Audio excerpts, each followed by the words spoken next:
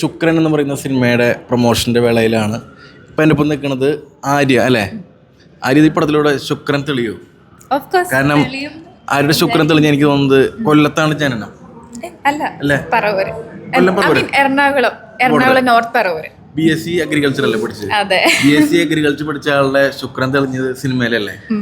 ഏറ്റവും കൂടുതൽ ഡിജിറ്റൽ ഓഡിയൻസുകൾ അത്യാവശ്യം ഉണ്ട്. ക്ലാസ് ഡാൻസിങ് ആണ്, ആക്ട്രസ് ആണ്, ഷോർട്ട് ഫിലിമിലൂടെ ഒരുപാട് ഓഡിയൻസ് ഇന്ന് ഡിജിറ്റൽ പ്ലാറ്റ്ഫോമുകളിലുണ്ട്.